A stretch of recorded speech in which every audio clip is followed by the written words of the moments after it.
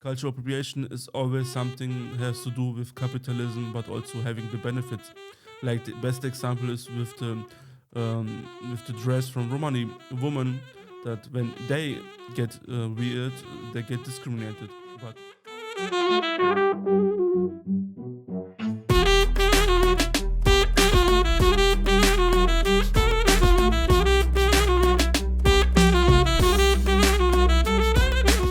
welcome to Amaro Voice podcast. Amaro is from the Romani language and means our Sinti and Roma voices among Europe. I'm Sinti, I'm journalist from Germany. Hello, I'm Stefania Bosniak. I'm journalist from Belgium. Today we will talk about cultural appropriation. So first we will see on the definitions what means this, and later we will talk about some examples. So first at all, we need to declare what does cultural appropriation means. It means the unacknowledged or inappropriate adoption of the customs, practice, ideas, etc. of one people or society by members of another and typically more dominant people or society. This can be especially controversial when members of a dominant culture appropriate from minority countries. As an example, many Roma communities have specific kinds of style dresses for Romani women, so Romani woman gets discriminated against for wearing these dresses, but then like later a non-Romani fashion designer recreate these Romani dresses and it kind of get fashioned and like a lot of non-Romani women starts to wear these dresses because of fashion. But when Romani women wear this, they get to hear stereotypes. So, Stefania, do you think in cultural appropriation is also capitalism and discrimination to different cultures included? Yeah, I love this topic because it's very interesting, and I think we can really.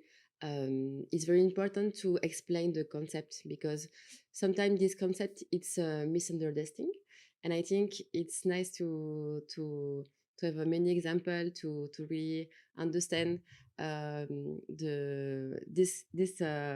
this concept. You can say. Yes, for sure. I think we can, make some parallel with this situation. In the situation with control, similar pattern emerge, and cultural borrowing it's part of this. Mabula Sumaoro, it's a university professor in France, drew a very accurate parallel between cultural appropriation and colonialism.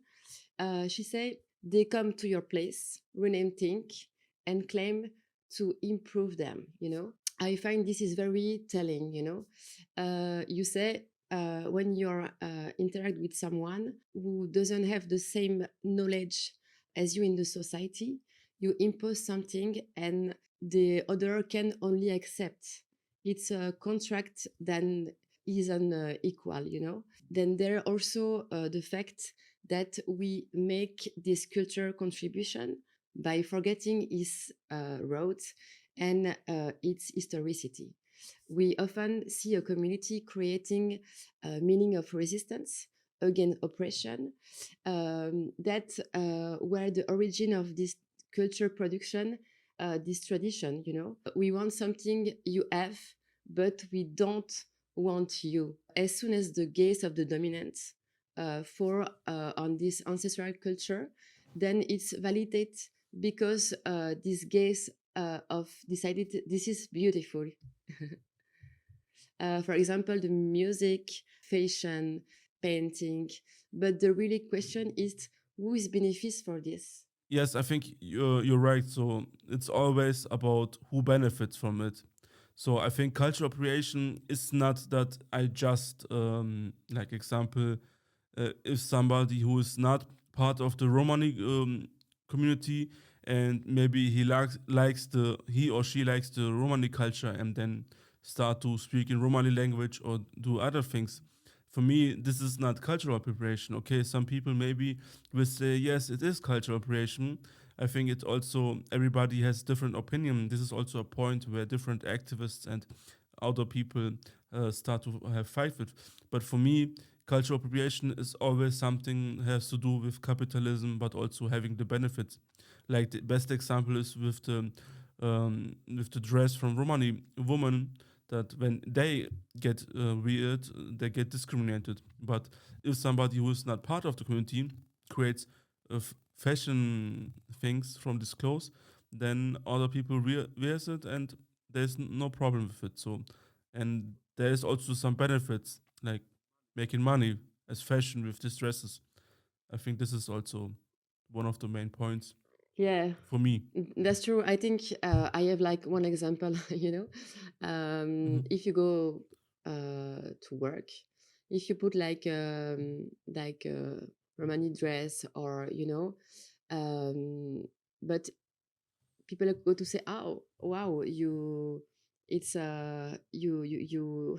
Attends, sorry, you are dressing like at home, or you are dressing like from your country, or But if white people dress the same clothes, you could say, "Oh, it's very nice. It's a little bit exotic," And this is the point, We can say, okay, it's we can really have like a different idea about someone, um and because they are this, for me, domination, the this Hmm. gaze, Or best example, Roma and Sinti in Europe get discriminated for or have the stereotypes about trailer park not having a home and always traveling and hmm like this. So if you are part of the community and you get discriminated for this, hmm but somebody who is not Roma, so like people from the non-Roma, so it doesn't matter which nation, hmm if they have also this kind of life, like if they stop having that's houses true. and living in trailer park, traveling from this country to another country, then I always hear from people, "Oh, that's nice, you're having adventure." Yeah. So it's always getting romanticized. Exactly, that's true. Exactly. Yeah. Yeah, and I know some, I can follow, in Instagram or in other platform, some girls or women, women go in different country, and the nickname is like gypsy, and it's like Mhm. very exotic, I move like a Mm. gypsy, and it's like really, this is the point when I was telling before, the just the historicity, they borrow the historicity of our community, and this is the point, they take just the thing they want, you know but they Mhm. don't want you. What do you think? Where is like the line for cultural appropriation? So when does cultural appropriation start and when not? When is it like okay? You know what I mean? Like because um, example hip hop. Hip hop is something what black people of color in USA in New York created. But nowadays we have in a lot of countries hip hop artists who are not part of this community. So can be this also something like cultural appropriation, or so where is the difference, or where is the line of having cultural appropriation but having not cultural I appropriation? think this is the the main point. Where is the limit, Hmm. and Yeah, where is the limit? yeah, it's like the rasta, it's I can we can really have many examples like this. And I think the first thing is really to understand the concept, because it's very, for some people, it's so difficult to just catch the concept. um, and I think it's really nice to speak, to really go deep inside to understand. Okay, this culture is it. What is the how this culture burn? Really have like all the. We just can take like just something, we have to take all the package, to understand really Hmm. what happened, And I think before we start with our examples, so we will have again our rubric called Learning Romani Language.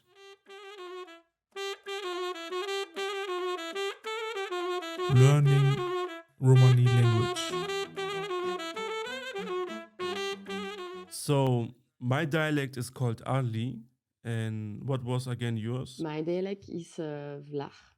So, Stephanie, I have one question because we had some people commenting and writing us message on Instagram. Yeah. They asked because they said that they also speak the Vlach dialect, but there wasn't understanding the words because they said they have different words. So I think you have many different Vlach groups and dialects. So maybe you can explain again for people who was asking. Yeah, for sure.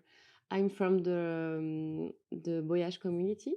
We are from Serbia in the north, and for sure, in our community, we have a lot of mix. We have a big history, and for sure, we have many different words than the other region. Mhm. We was thinking with Senur to make like just one episode about the different dialects because it's I think sometimes there are some confusion Mhm. because there are many hundred dialects, and Mhm. we try to have like some word, but for sure we still open to have more explication or more Mhm. think with you Mhm. because it's so rich to have more and more explication and more words. I was also doing research about this, and for people from your dialect, Beyash, Mhm. you use a lot of Romanian Of words, course, yes. and so that doesn't mean that the Beyash dialect maybe it's not a Romani dialect or language, but it's a dialect what Romani people use. So that's why, of course, we compare it here. So I mean, maybe also in the Beyash we have mixed with Roma words, but mostly people who are Beyash, whom I'm talking to, but also was what I found on the internet. It was written like an old Romanian language mixed with other words, and so just for the people because Yeah, yeah, from who was sending messages, so it's so every dialect what Romani people use can be also something like it's a dialect what Romani people use. You don't because lots of Romani people still don't speak the language. I mean, this is also have a history because of the slavery. yeah, of course. Because many Romani groups was slavery in slaves and they wasn't allowed to speak the Romani Yeah, language. yeah, exactly. And I think, for example, in my place, you have like many village. They speak other dialects, and maybe Hmm. they influence each other too. Yeah. Donc for sure, it's really from one part of one country and one community. Uh, Hmm. and it's so nice to have this full language. Hmm. Hmm. So the first word is youth. Yes. In my dialect, we say tenor. So in my dialect, for youth, we say ternipe. Okay. Then the second word is paying. Yes. In my dialect, we say pleches. We say platinav. And I think platinav comes from plata, and plata means also in my dialect salary. And I think plata is also, it's not a Romani word. I think it's Spanish. Exactly. Yeah, mean Yeah. money in Spanish for this, for Yeah. sure. So yeah, so like just plata salary and platinav is like play to pay, Okay. and then the last word is writing. Yeah. In my dialect, we say scriu. We say pisinav, like just to write, Okay. writing. Okay. Yeah. So this was learning Romani language. Learning Romani language. So mostly people, when I was talking to them in some workshops or in some events, who wasn't part of the community, part of the Roma community, uh, when I was talking about flamenco and when I was telling them that it was created by Romani people from Andalusia, they was shocked or like they said, we didn't knew this. So I think this is what do you think? Like flamenco, mostly people in the world know it as typical Spanish or something from Spain, and so can this be also something like cultural appropriation? Because not maybe the Spanish people, but the whole world declare it as typical Spanish, but it was created by Spanish Roma from Andalusia. So, Yeah, yeah, for sure. Because I think you have the way to understand if it's cultural appropriation or not. It's the benefits, you know. You can just, you know, if you play flamenco, if you dance flamenco, if you have like a big concert, who we go to ask to represent it, you know, who artists we go to invite, you know, to represent mhm, the culture, you know. It's the example of mhm, Rosalia for sure, and many other artists, you know. And I think it's this is a part of you know, the cultural appropriation for sure, you mhm. know. It's all the time is the same concept, you know, the benefits and the history, you know. We don't need we don't need many, because for sure flamenco it's like many production. It's part of the resistance, it's part of, you know, the people really build something to make a message to express ourselves. So you already mentioned it, Rosalia, and I wanted to talk a little bit about Hmm. Rosalia. So first of all, do you know her music? Yeah. Actually, I was a fan, or maybe I'm still a fan. So I don't know about his opinion. So I like her music. I like to listen to her music. And Rosalia is a Spanish artist who used a lot of flamenco influences in her music, but not only flamenco. She was mixing of different genres. Hmm. And in 2018, there was her song Malamente, who had a lot of flamenco and Spanish Romani influences in this music. And she also became the Latino Grammy Award for that song.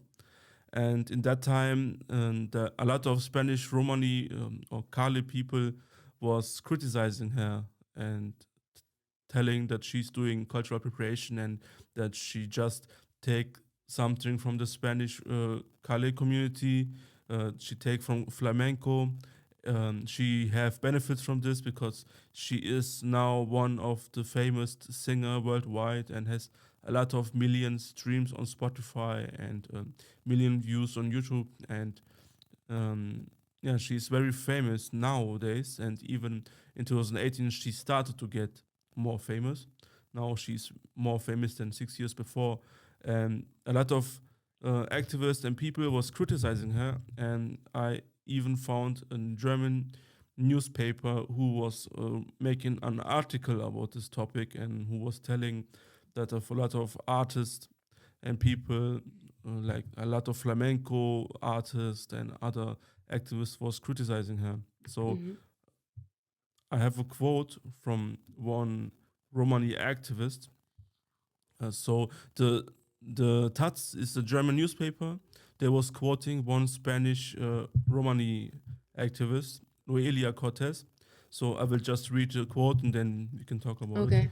So capitalism buys the atmosphere of others, pain while whitewashing history in order to lie to those who comes next, says Romani activist Noelia Cortez. She sees Rosalia as part of an insidious plan. The privileged Rosalia would erase real flamenco and make it invisible. Historian Rafael Buhigas from the Complutense University in Madrid therefore does not speak of cultural appropriation, but rather cultural expropriation. A feminist blog even has the headline Rosalia is racist. So that's the quote. And there was also big issue 6 years ago. So a lot of people was trying to contact her, but she was very ignorant. Okay.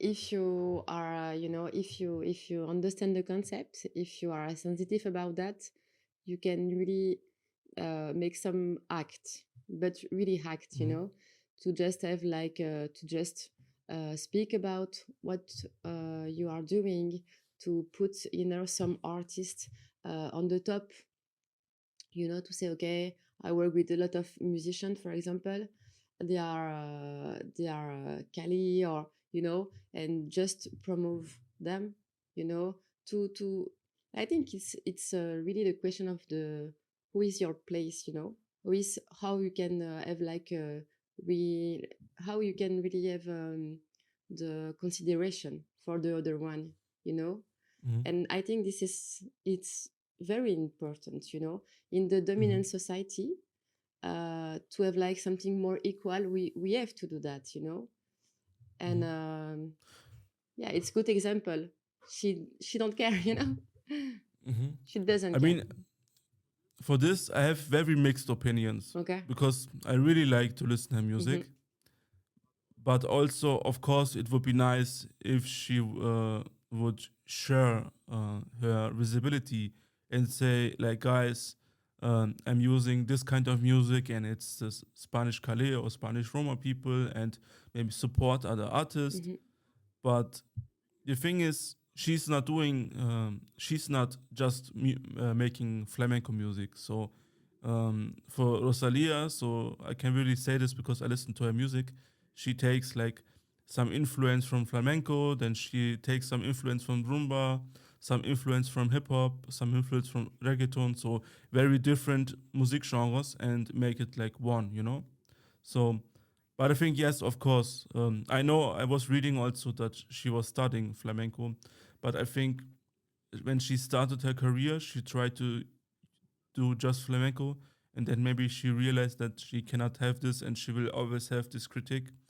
And then she changed her music to make it more mixed with different genres. But I think it, of course, it would be nice if she would, yeah, try to share her benefits because, of course, for using flamenco music, she had a lot of benefits with that, and maybe to share, Yeah. to have, to support some other artists, or to say, this I use flamenco and it's from Spanish Roma. Mm-hmm. But I think it's not only her problem; it's maybe the problem of the whole society Yeah. because the whole society don't have the mindset to say flamenco is from Spanish Romani people from Andalusia. They have the mindset flamenco is Spanish. So Yeah. and but the good thing is, so that was then kind of little bit negative. Later we'll come to the good thing, but I think what can also be created with this. But the thing is, so if we start, so of course she used many different genres and mix it. So for that case, then you also need to criticize every music genre because every music genre takes some samples, some influence from another country, from different genres and created one. So this is how hip hop was created also, and other genres so who have maybe mixed music. But of course, this is not the opinion to say no, it's not. So I think it's very complicated. But what I think the good thing is, what I hope with this, so I think that case is not famous anymore. So I don't know.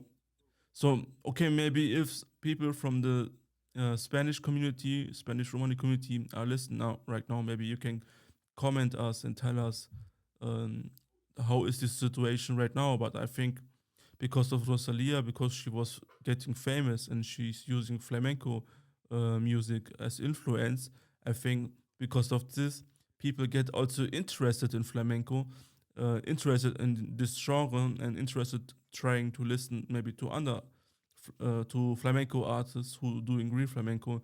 Maybe with this also they start to get interested to Google about flamenco, and then maybe they can find out that is from Spanish Roma Mm-hmm. who was creating it. Yeah. I think it's we are talking about the limits, and this is one of them. I think it's very interesting to share with the listener the Mm-hmm. experience. If you have like more example of this kind of situation, I think the music it's really interesting about that. I Mm-hmm. was thinking talking about the Rasta. You know, Mm-hmm. the Rasta music Mm-hmm. it's something very interesting too. Because we have Mm-hmm. already the historicity of the Rasta music. It's amazing. The soul of the Rasta music. I think we can really have like different kind of music to speak together. Mhm. And no, I'm very exciting to share with the listener all of this, you know. So, if somebody from the Spanish Romani or Spanish Cali community are watching or listening right now, if you have another opinion, you can contact us, and if you want to have an interview, so if you think we need to do one more specific episode or interview about this, and you are ready to get interviewed, so you just can contact us, and then we can do a special bonus episode. And coming about music, so there's also another example of music, maybe very short. Like in the Balkans, you have kind of music what is specified as typical Balkan music, but mostly musicians who create this music are Romani people, but they never get appreciated for that. So That's true. it's very similar in the Balkans. That's true. Exactly. So before we come to the end, do you have also some anecdote to share related to the topic? Yes. It's really on the topic for that. Donc, I was in Brussels for the Romani Day last April, few days ago, and there was a big concert with a group singing a traditional Roma song. And there were like many women wearing shark and work were dancing in the public too, you know. And I noticed it. None of them were Roma, you know. And the event. He was in the main place of Brussels, you know. We don't have a lot of Mhm. visibility, all in the in the capital. In many places, we don't have this visibility during the all the year, you know. And I was really, you know. I was really thinking about it's normal to see that, you know. For them was totally normal, you know, to put some clothes of Roma community, to Mhm. take this song, you know, and there was a lot, you know, and I say, okay, we are not enough to represent ourselves in our own day, you know. And I was really shocked to see that, you know. And I was okay Mhm. if I saw an other community celebrating one event very important for them, and if you see like white people wearing his clothes, you know, like I don't know, people from Senegal, and you see just white people wearing with the traditional Senegal clothes, you know. I was doing like some link to have like you know, other image, and I was like, it's not normal, you know. Maybe there are like 5 or 6 concert in this day, and they choose like the big group of white people to represent ourselves. And I was like, okay, this is really this topic, you know. This reminds me, or is similar, like in Germany, we have the Carnival always in February or March, and then people wearing costumes as Romani woman, or the woman wears some costumes, and there's also like a campaign where many people say, our culture is not your costume, so, Yeah, exactly. or, That's true. Yeah, and yeah. you know, in Brussels at the moment, I saw a lot of bar, and the name is like Gypsy, you know, and Mm, they put like okay. atmosphere, or you know, or you Hmm. can see like wedding, like, oh, it's like a wedding with Gypsy soul. I don't Mm, understand what is Gypsy soul, you know, yeah. Yeah. and Yeah. it's Yeah, this is something getting like yeah, romanticized exactly. And from, I think really it's for me all the time. I'm like, oh my God, how is yeah, possible, you know? the costume thing. It's always happening. Always. Yeah, This is also because people have some imagination how people would, and even the dresses what they wear is not really Romani fashion, or not even really Romani dresses. This is what they think. Yeah. Oh, it maybe, and this is something what maybe was 100 years ago, you know? Yeah, and I think the word gypsy, it's not our word first, you know. Yeah, It's not. It's a negative word, yeah, it's a slur. and for that I say, okay, imagine it's if the other community we choose like a bad word of them, and we put this in everywhere, you know. And for this, I'm all the time. I try to put some like with, you know, if I put you know, the women, if I put people from other country, what was the feeling, what can Mhm, be the feeling, you know. mhm, And for the Roma people, it's just we are all the time this kind of example, you know. mhm. So we are coming almost to the end. Do you have any last words? No, I'm so happy to share this moment with you. I really hope to have a lot of comments, to interact with you, because for us it's really important to have like interaction, just not to Yes. be together, but be with you too.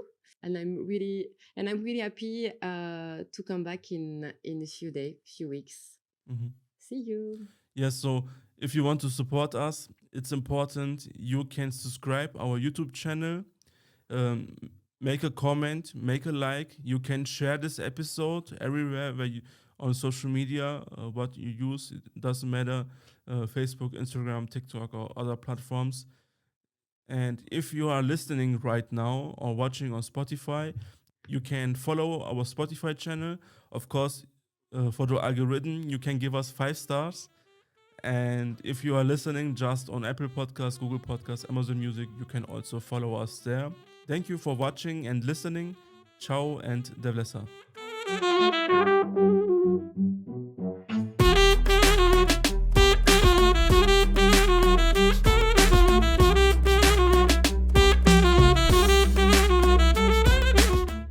This podcast is funded by the Stiftung Erinnerung, Verantwortung und Zukunft (EVZ) as part of the project Amaro Voice, digitale Bildungsarbeit über die Communities der europäischen Sinti und Roma bei der NGO Medien und Kulturzentrum Deutscher Roma e.V.